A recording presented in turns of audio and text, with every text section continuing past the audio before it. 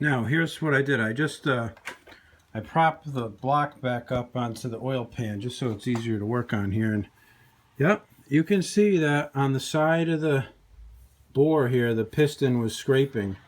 And probably if I go 90 degrees, yep. 180, not 90. You can see the same thing. And you can see these beautiful crosshatch hones. I mean, it's nice. But the problem is that I believe he did it at a 3.5 thousandths gap. And as you know, it's supposed to be bigger than that. But we didn't know any better. We weren't going by the gauge. And he usually works on race cars. And that's the kind of gap that he's used to. And he thought he was hot rodding it.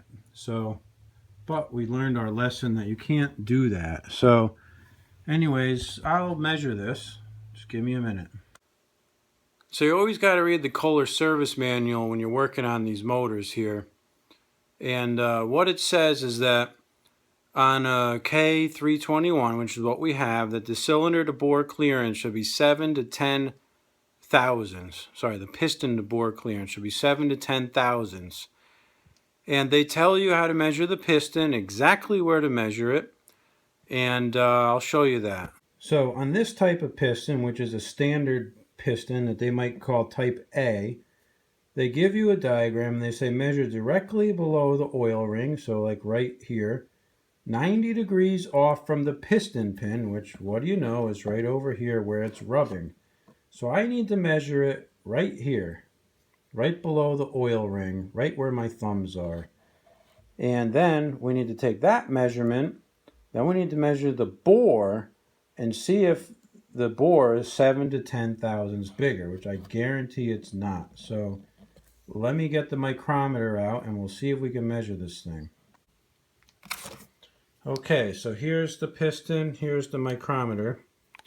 So what I'm going to do is try to measure it exactly like they said.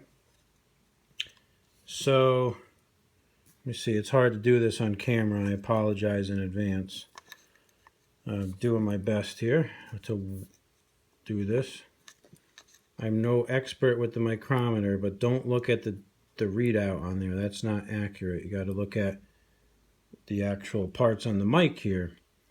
So this will give us a broad indication of the size. It says 3.507, but if we go over here, we're actually at 5, 6.5 maybe, which is a lot less than I thought it would be, quite frankly. I don't think I'm right in the middle.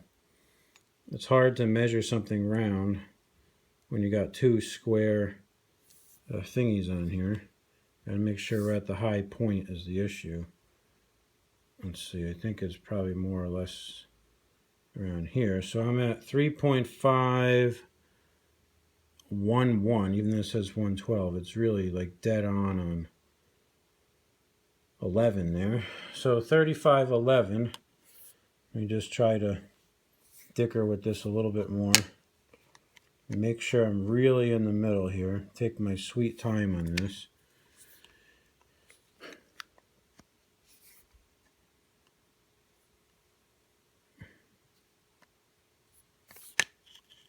I'll do it off camera and I'll come back to you guys.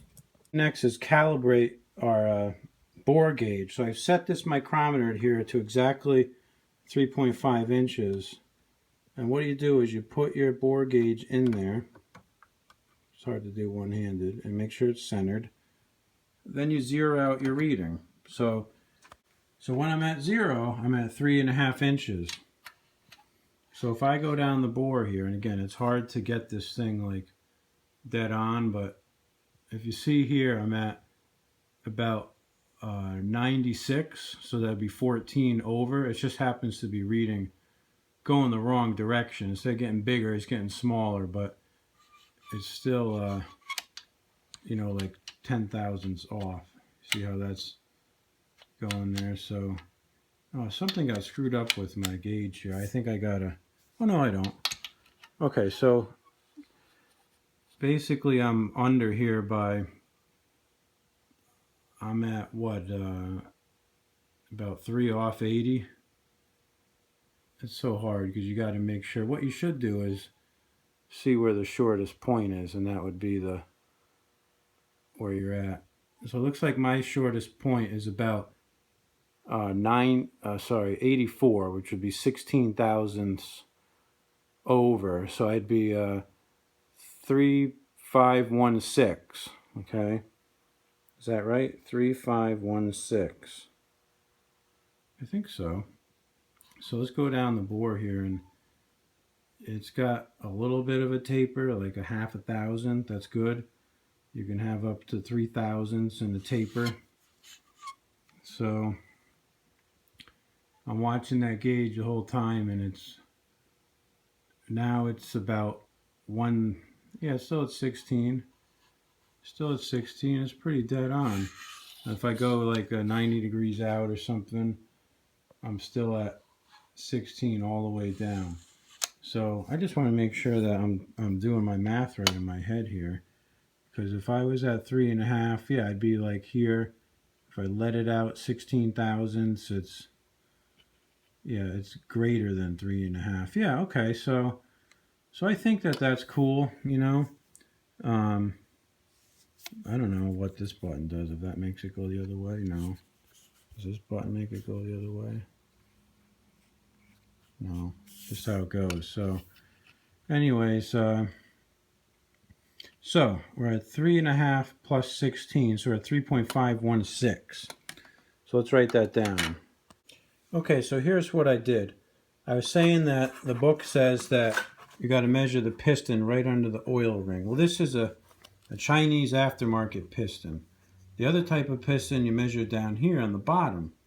So I took the measurement up here where it said, and I measured 3.5074.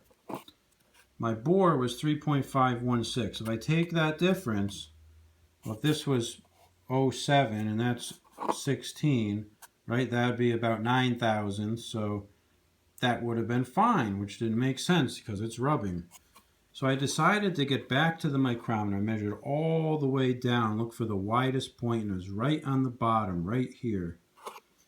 So on the bottom here, it measures 3.5124. So if I take 124 from 160, you know, even if you said it was 2 and that's 6, that'd be 4 thousandths. And take away another 4, so it's 3.6 thousandths. So he told me he did 3.5, and he was dead on to what he told me, because I'm measuring 3.6, right? And he surely has better measuring tools than I do. So I think that my theory is correct here, and I'm going to end up taking the rest of this motor apart. I'll take this gear off, and then we'll take the crank out. Oh, look at that. It pulled the bushing right out of the planetary. That ain't supposed to happen. Huh.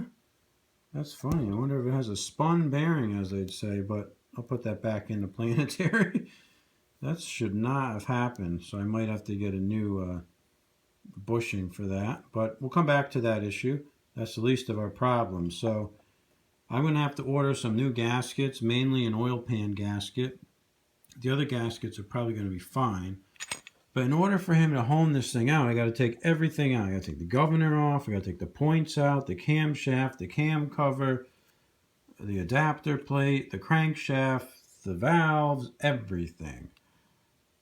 It's kind of a pain in the ass. But I've done this so many times, I can do it pretty quickly.